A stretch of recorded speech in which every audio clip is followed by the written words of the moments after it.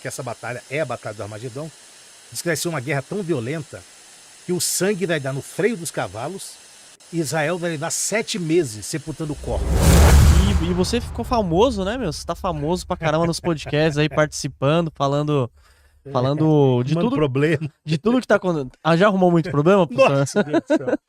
Qual foi o maior, assim, que você... Aqui já teve pastor que me chamou de maconheiro, perguntou qual era que eu fumo. Herege é o que... Nossa, mas tem muito... Nossa, herege, você nunca foi pastor, você é um endemoniado, essas coisas aí. Mas... O que seria um herege? É um cara que diz alguma coisa que eles julgam não estar na Bíblia. O cara... Porque qual que é o fundamento da heresia? Ou de uma seita, né? Que as seitas trazem heresia. A heresia tem 2 fundamentos. Ou você acrescenta, o que não está na Bíblia você coloca, ou você tira. Né? Aí me chamaram de herege porque eu rebati o Rodrigo Silva. Eu falei que ele é um herege. E aí ficaram bravos, os Rodriguetes ficaram bravos comigo, me xingaram. Você não conhece o Rodrigo Silva? Mas a gente conhece o que ele fala, né? E à luz da Bíblia Sagrada, o que ele diz não condiz com o que diz a Bíblia. E ele é do sétimo... Ele é adventista do sétimo dia. Do sétimo Guarda dia, né? sábado, falou que Jesus era Miguel. Então, umas coisas assim que ele fala que não tem muito nexo, né? E é o seguidor da Ellen White, né? Que é a fundadora da Adventista do Sétimo Como é Dia. que surgiu a Adventista do sétimo dia? Cara, a Adventista do Sétimo Dia, a fundadora dela é Ellen White, né? Sim. Aí a profetisa deles lá, que teve uma revelação e tal, mas é uma mistureba, assim, porque eles guardam... Aí, na verdade, assim, ó, eles seguem mais o que ela fala do que o que a Bíblia diz. Ela é a mentora, a profetisa. Já morreu faz muito tempo. Ela é a profetisa deles lá. Então, o que ela fala é regra. Por exemplo, ela dizia em um dos seus livros que um homem branco não pode casar com a mulher negra, para não misturar as raças. Oxi. Tem que ser branco com branco e negro com negro. Nossa, ela falava isso daí? Fala, tem livro dela que ela fala sobre Caramba. isso, que ela não aceitava na igreja adventista, essa ideia. E também tem essa ideia de que Jesus era Miguel, que Jesus é Miguel. E aí a gente pode pelo princípio. Miguel é um anjo, é o arcanjo, né? Porque a angelologia tem lá essas classes. Miríades, tronos, potestades, principados, serafins, querubins, anjos e arcanjo. Então Miguel é um arcanjo. Alguém diz que tem mais arcanjos, mas eu fico com Miguel como arcanjo. Se ele é um arcanjo, no modo geral, ele é um anjo, né? O que são anjos? Hebreus capítulo 1 diz que anjos são espíritos ministradores que trabalham a favor daqueles que hão de herdar todas as coisas. Primeiro. Segundo, anjo é criatura. Foi criado por Deus. Não dá para anjo ser Jesus. Sim. Por quê? Porque Jesus não foi criado, ele foi gerado no Pai. Está em Hebreus 1:5. Porque a qual dos seus anjos ele disse, tu és meu filho, hoje eu te gerei. Então não bate. E aí tem essa ideia. Talvez ele use isso, talvez não, ele não usa isso por causa dessa... Porque no Velho Testamento existem algumas manifestações do Cristo, que a teologia chama de teofania. Teo, Deus, fania, forma humana. Quando Deus tomava forma humana para se revelar a alguém. Por exemplo, quando ele se revelou aos pais de Sansão, aí o pai de Sansão diz, qual é teu nome para quando o menino nascer a gente poder te adorar? Aí ele fala, por que pergunta o meu nome que é maravilhoso? Quando Gideão, em Juízes capítulo 6, 7, vai entregar uma oferta, que ele mata um animal, mata um cabrito, amassa, faz um bolo e vai lhe dar uma oferta para o anjo, que tem um cajado na mão, que aí tipifica Jesus, né, a teofania, e ele coloca no chão e diz, não, coloca em cima da rocha. Quando ele coloca na rocha, o anjo toca com a ponta do cajado e sobe junto com o sacrifício. Então, nenhum outro anjo tem cajado, só tem cajado quem é pastor. Salmo 23 diz que o Senhor é meu pastor, ele não me faltará. Então, a doutrina dele e o que ele defende à luz da Bíblia não condiz com o que tem na Bíblia. Não bate. Não bate, porque... Então, se Jesus é Miguel, então ele foi criado?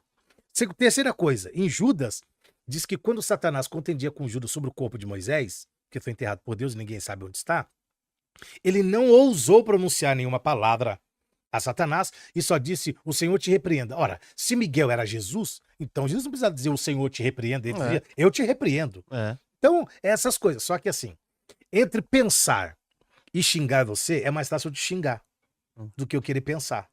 Então as pessoas não pensam, né? Eles preferem xingar. Você é um herege. É porque eles gostam, sei lá, às vezes do trabalho e do jeito que ele explica, né? Mas você confronta... confronta. Mas como arqueólogo, esquece, não tem ninguém melhor no Brasil. Como historiador, esquece, ele é monstro.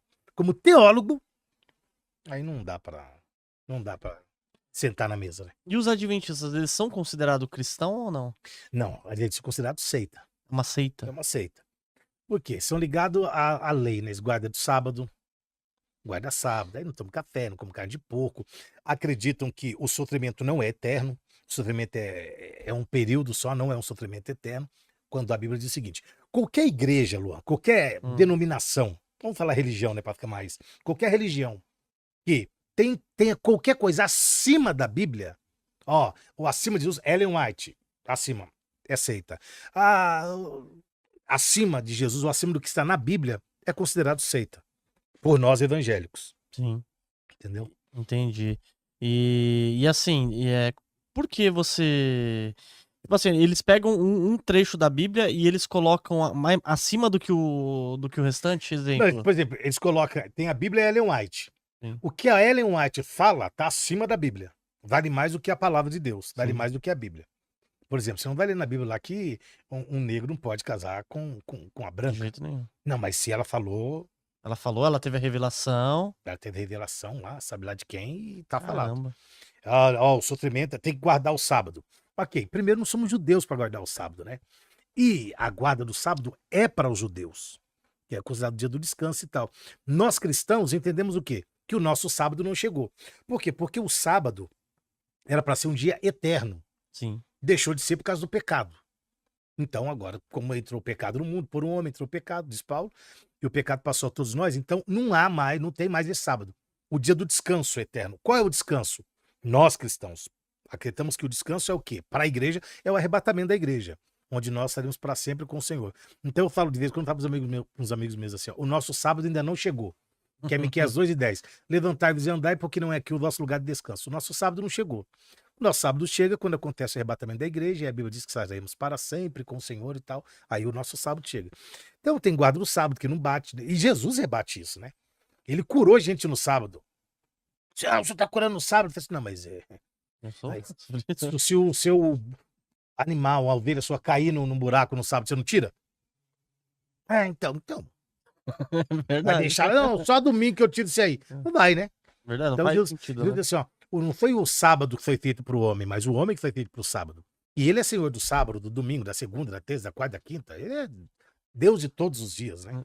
Ô, pastor, Jesus, ele era judeu, né? Judeu. Judeu. E tem... a maioria dos judeus não acreditam em Cristo? O que acontece, ô Luan? Acontece assim, ó. Antes do período do nascimento de Jesus, tinha as promessas do Velho Testamento, que tá lá, algumas, vamos ver se a gente se lembra algumas. Gênesis 3:15, da semente da mulher nascerá um, e por inimizade entre a tua descendência e o teu descendente. Aí vem vindo, Deuteronômio 18:15, Moisés fala, o Senhor levantará um profeta maior do que eu, e a esse vocês vão ouvir. Aí número 23, 17, 18, diz assim, ó, que Deus iria levantar alguém, uma estrela procederá de Jacó e tal. E aí, quando os judeus estão ali debaixo da tutela romana, a esperança deles era o quê? Não vai aparecer o Messias vai vir, né? O Yeshua vai vir, e ele vai nos libertar desse jugo aqui. Vai vir com o exército e vai acabar com Roma. E não, essa não era a ideia, né?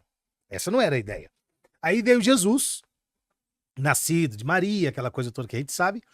E aí, João, capítulo 1, diz assim, ó, ele veio para os seus, e os seus não o receberam. Mas todos quanto receberam, deu-lhes o poder de serem feitos filhos de Deus. Então, para o judeu, o Messias ainda não veio. Entendi. Jesus, não, é um profeta bom, tal, mas Messias não. Eles não consideram Jesus como Messias. E Jesus, então, virá, ainda, como diz as Escrituras, do jeito que eles querem. Está lá em Apocalipse 19:11, Zacarias 12:13-14. Por quê? Vou tentar ser sucinto. Não, pode ficar à vontade, não tem pressa não. Quando haverá a saída da igreja, isso aqui, sempre tem que falar isso aqui. Isso aqui é para quem é acredita que a igreja é arrebatada antes da tribulação. Quem é pós, acredita que a igreja é tirada no meio da tribulação. E quem é depois da grande tribulação. E meso, acredita que a igreja é tirada no meio da grande tribulação. Então, assim, ó, a igreja é arrebatada, tem lá 3 anos e meio. 3 anos e meio de paz, alegria, o anticristo vai aparecer, vai organizar tudo, aquela maravilha. E depois de 3 anos e meio, ele vai se manifestar de fato quem ele é. Quem de fato ele é. Nossa. Aí está lá em Daniel 9:27. Ele firmará o pacto por 1 semana, e na metade da semana cessa o sacrifício e a oferta de manjares. O que isso quer dizer? E ele vai ter uma aliança com Israel e tal, aquela coisa toda. Aí Paulo escreve aos Tessalonicenses, na segunda carta, dizendo assim que o anticristo vai se opor a tudo que é Deus, vai querer se assentar no trono de Deus, querendo ser Deus. Isso a gente imagina que seja em Jerusalém, que é Sim. o centro, né, dos judeus, capital de Jerusalém, de Israel. E aí, quando ele chega lá, até os judeus, a Bíblia diz que, se possível, até os escolhidos serem enganados. Quando ele chega lá, Caramba. os judeus, opa, não, nós não vamos se adorar. E aí cumpre Daniel 9:27, que diz assim, ó, ele firmará um pacto por uma semana. Só que quando você lê semana, são 7 anos. Entendi. Tá? Na metade da semana, seria 3 dias e meio, 3 anos e meio, que acaba os 3 anos e meio de paz, de alegria, de tal, Tranquilidade. de tranquilidade, acaba porque ele se manifesta.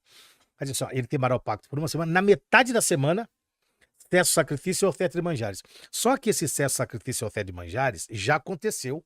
Foi quando Antíoco Epifânio ofereceu um porco em cima do altar. E aí os judeus não sacrificaram mais. Cessou o sacrifício e a oferta de manjares.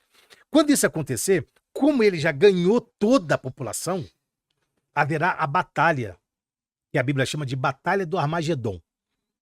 Ezequiel 38 diz que vai ser uma guerra tão violenta, 38 e 39, que fala sobre a batalha de Gog e Magog, só que essa batalha é a Batalha do Armagedon.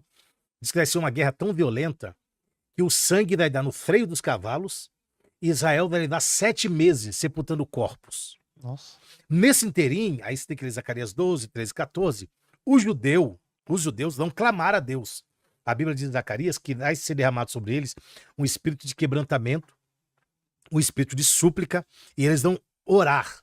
E verão aquele que foi transpassado, porque aí Jesus virá como eles gostariam que ele viesse, que é Apocalipse 19:11. Diz lá, olhei, e eis que vi um assentado num cavalo branco, sua cabeça 10 diademas, seus olhos como chama de fogo, da sua boca uma espada de 2 gumes, sua veste salpicada de sangue, na sua cor escrito Rei dos Reis e Senhor dos Senhores. E um grande exército seguia. Aí ele vem, pisa no Monte das Oliveiras, né? Porque toda a história de Jesus parece que se deu no monte, né? O primeiro sermão dele foi no monte, ele se transfigurou no monte, ele foi crucificado no monte, ele foi assunto ao céu no monte, e ele voltará com a igreja no Monte das Oliveiras. E diz Zacarias que quando ele pisar no monte, vai abrir um vale. E desse vale que abrir, a Israel vai passar e com o sopro ele vai destruir o anticristo. Aí sim, ele virá como Israel gostaria que ele viesse. Aí eles vão crer.